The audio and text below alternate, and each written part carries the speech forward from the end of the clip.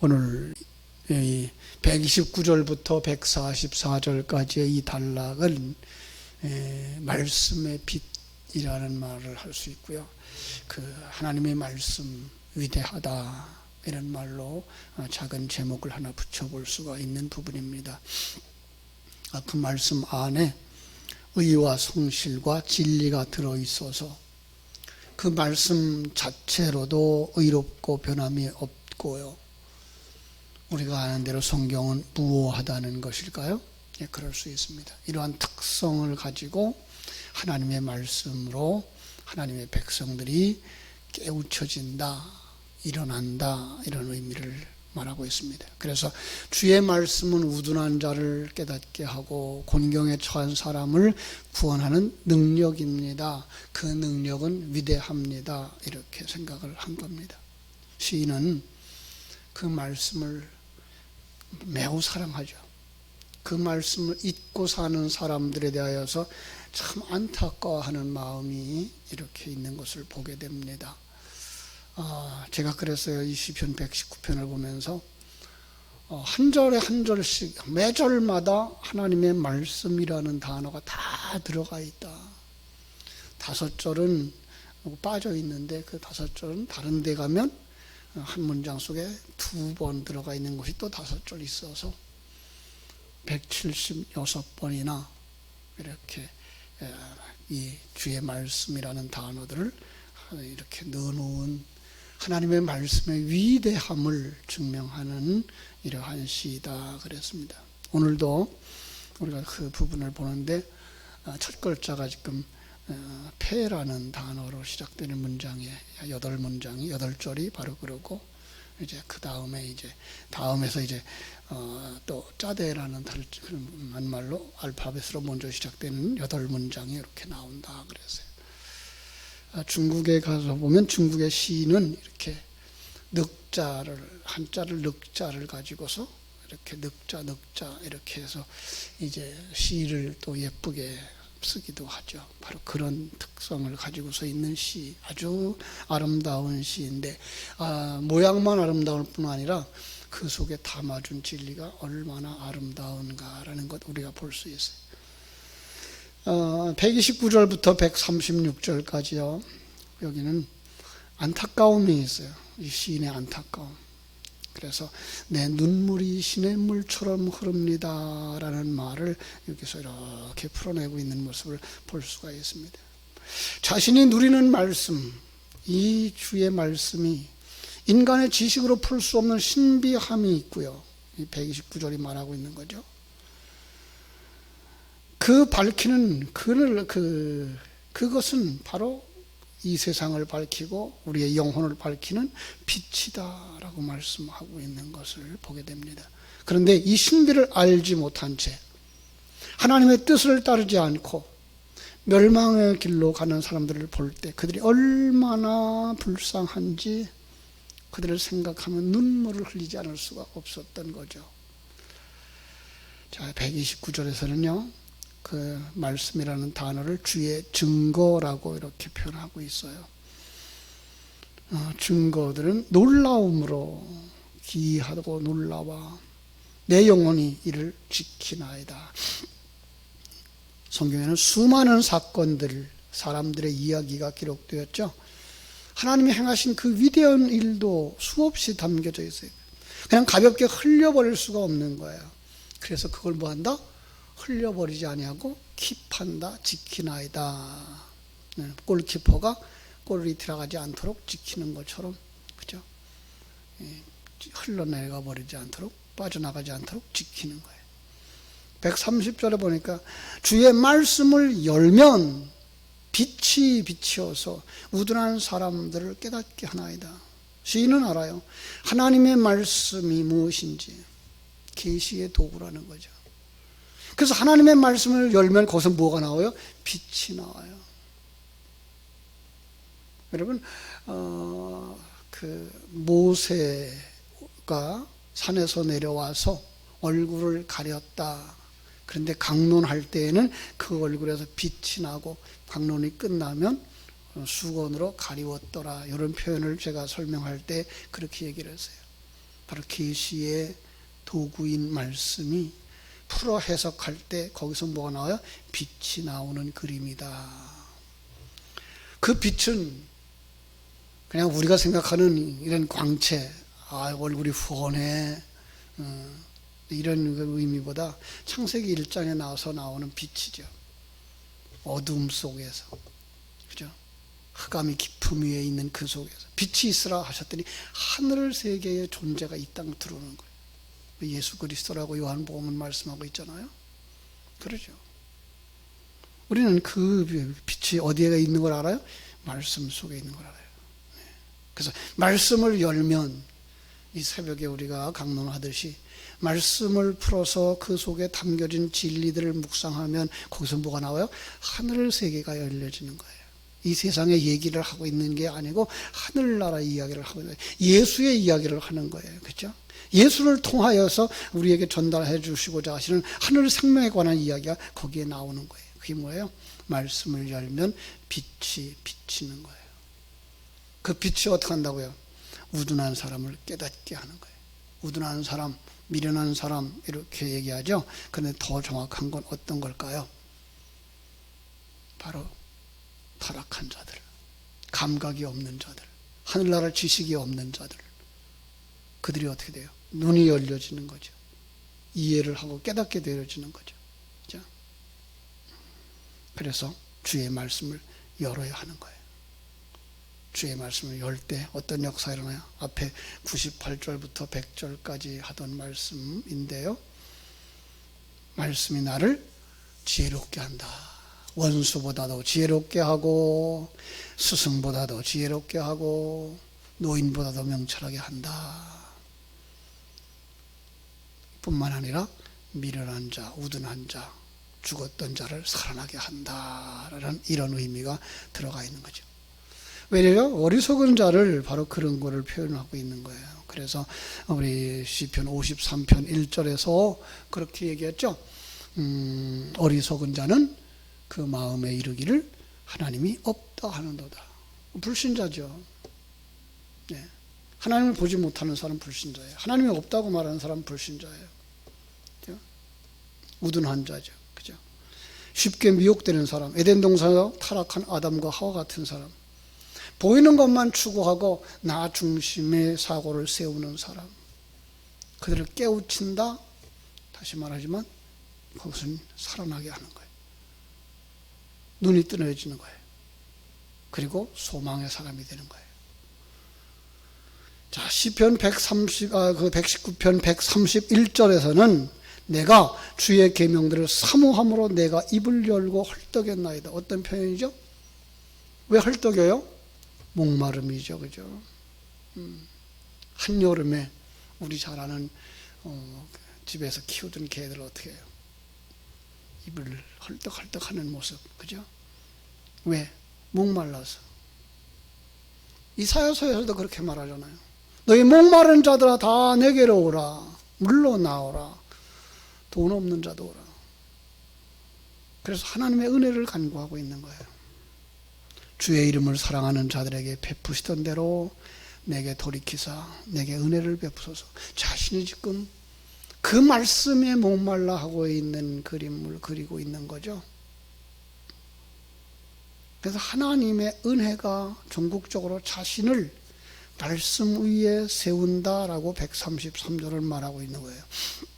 나의 발걸음을 주의 말씀에 굳게 세우시고 어떤 죄악도 나를 주관하지 못하게 하소서. 말씀 위에 세우면, 다른 말로 반석 위에 세우면 무슨 뜻이죠? 예수 그리스도 안에 서 있으면 모두 다 예수가 내 안에, 내가 예수 안에 있는 이 그림인 거죠. 어떤 죄악도 나를 유혹하지 못하고 공격하지 못합니다 라는 의미인 거예요. 그러니까 기도할 수밖에 없잖아요.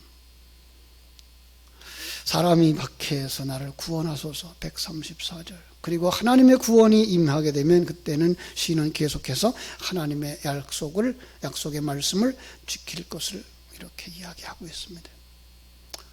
더 나아가서 35절, 135절, 136절에서는요, 하나님의 가르침을 간구합니다. 주의 율례로 나를 가르치소서. 가르치면 어떻게 될까요? 알게 되죠. 알게 된다는 게 뭐예요? 그분과 하나 되어지는 거예요. 하나님의 사람은 자신을 향한 하나님의 그 얼굴을 본다는 뜻이고요. 그죠? 불신자들은 멸망의 길로 가게 된다는 거죠. 멸망으로 가는 이들은 어떤 이들이에요? 주의 법을, 하나님의 빛을, 생명을 그냥 흘려보내는, 그래서 지키지 않는 자들이라고 묘사를 하고 있는 거예요. 그죠? 그들을 보니까 136절, 눈에서 눈물이 시냇물처럼 흐릅니다. 시인의 안타까움을 묘사하는 거예요. 여러분 생각해 보세요. 내 형제가 아직도 예수를 합니다. 얼마 있으면 지옥에 떨어질 게 뻔히 보이는데, 이게 얘가 어떻게 우리 가만히 있을 수가 있겠어요? 세상 속에서도 형제가, 그죠? 정말 뭐 사업에 부도가 났다든지, 워낙 삶에 궁핍하고 가난하다든지, 그러면 있는 거라도 나눠주고 싶은 게 형제들이고 혈연 관계인데, 믿음의 백성들끼리도 그렇잖아요. 저가 저 말씀을 가지지 못하고 저 생명을 가지지 못하고 그대로 간다 그러면 지옥에 갈 텐데, 36절은 그렇게 이야기하고 있는 거예요. 내 눈물이 시냇물같이 흐르나이다. 그러면서 이제 137절에서 144절까지 또 이제 짜대라는 알파벳으로 시작되는 8절인데요. 주의 말씀은 진리입니다. 137절, 여호와여 주는 의로우시고 주의 판단은 옳으시니이다. 여기 주의 말씀, 의로우시고, 의라는 단어죠. 짜다크라는 그런 의예요. 무엇과 대조를 이루는 단어죠? 불의와. 타락한 사람들을 불의하다고 말하죠. 네? 하나님은 창조하실 때에 창조주의 역할을 충실하게 할 걸 약속하면서 피조물 된 인간이 피조물의 역할을 충실하게 감당하면 이게 뭐 의의 세계를 이룰 것이라는 기대를 했던 거죠. 근데 인간이 타락함으로 말미암아 불의가 되어진 거죠. 그래서 의로우신 하나님이 빛으로 이 땅에 오셔서 자신의 그 의를 이 불의한 자들 속에 넣어주셔서 이 불의한 자들이 의로운 자가 되게 하시는 거예요. 이게 구원인 거예요. 그 의를 받았어요. 그 의를 보았어요.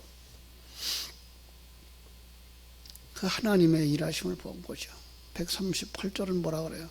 하나님의 성실하심으로, 그 말씀도 성실하다고 선포하고 있는 거예요. 정말 세상은 그걸 몰라. 불신자들 그걸 몰라. 믿음이 어린 사람들도 그걸 몰라. 진리를 떠나. 그게 보이지 않으니까 떠나는 거예요. 아이, 그 사람 나이, 그 옛날에는요, 신앙생활 잘했어요. 그런데 나이 먹더니 교회를 떠났어요. 여러분, 그 사람 속에 진리가 있었다면 떠날 수가 없어요.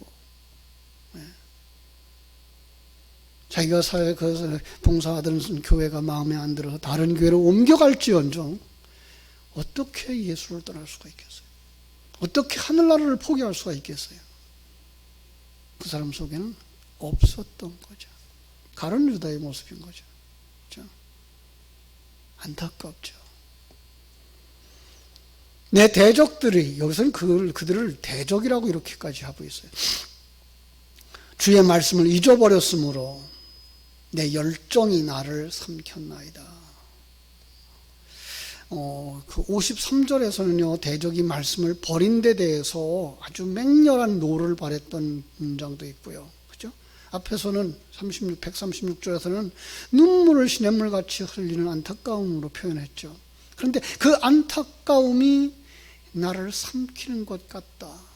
우리말로 말하면 애간장이 탑니다. 애간장이 탑니다. 이건 성도들이 가져야 될 심정이고요. 성도들이 정말 믿지 않는 사람들을 볼 때에 이렇게 우러나야 되는 생명의 안타까움인 거죠. 신앙생활이 목적이고요. 그죠?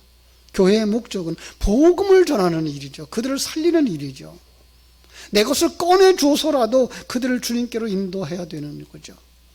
그런데 교회가 놀랍게도 그 전통 있는 교회가 되어지고 노령화되어지면서 치매에 걸린 어른들처럼 자기 욕심을 채우는 상황으로 가요.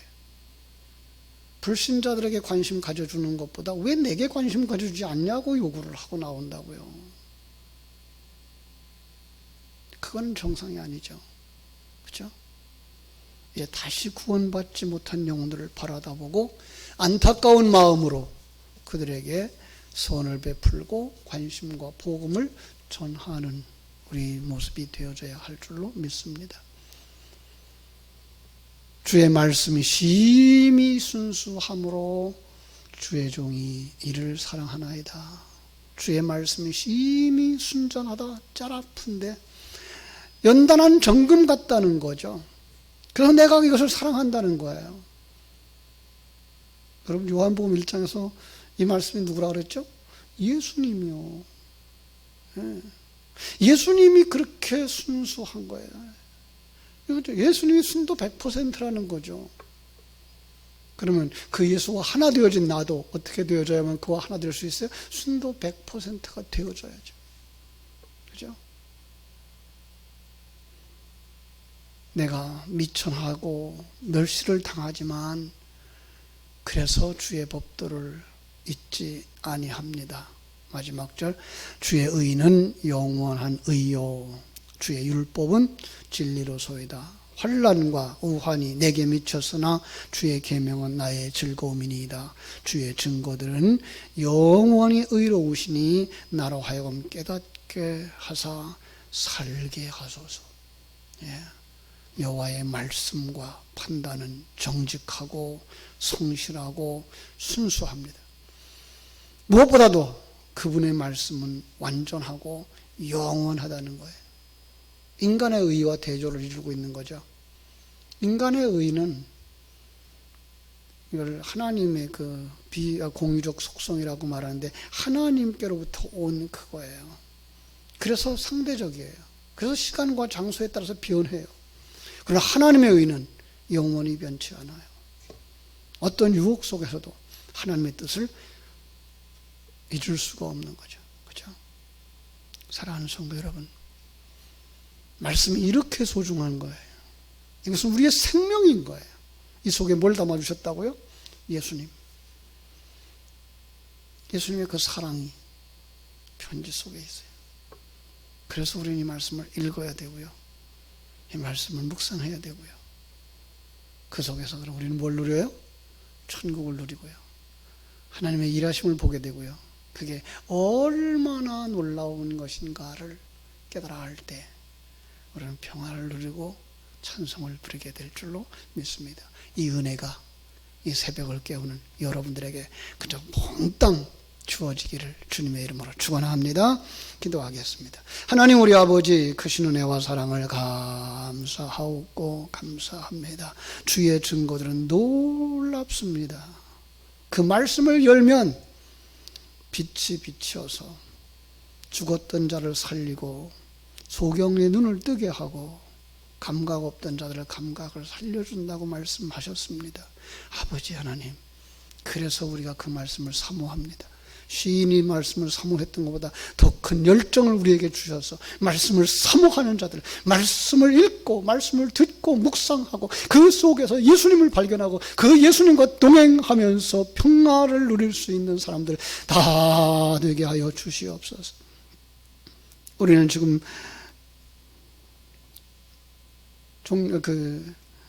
아버지 하나님이여, 주님의 그 순환주간을 바라다 보며 나갑니다. 예로부터 우리는 사순절 기간이라고 했던 기간입니다. 주님이 이 땅에 오셨던 일이 무엇인가를 다시 한번 묵상하고 주님의 마지막 십자가로 가는 그 길을 묵상할 수 있도록 하나님 우리에게 은혜를 열어 주시옵소서. 그리고 주님이 왜 오셔야 했는지, 그리고 오셔서 어떤 일을 하셨는지 보면서 지금 그 주님은 내 인생 속에 오셨다는 것을 볼 수 있고, 나와 함께 하신다는 사실을 볼 수 있고, 나와 함께 십자가를 지고 가고 계시다는 사실을 볼 수 있는 믿음의 사람들이 다 되게 하여 주시옵소서. 그래서 정말 주님의 죽으심과 부활에 동참할 수 있는 복된 성도들이 되게 하여 주시옵소서. 오늘 하루의 삶도 주님께 부탁드립니다.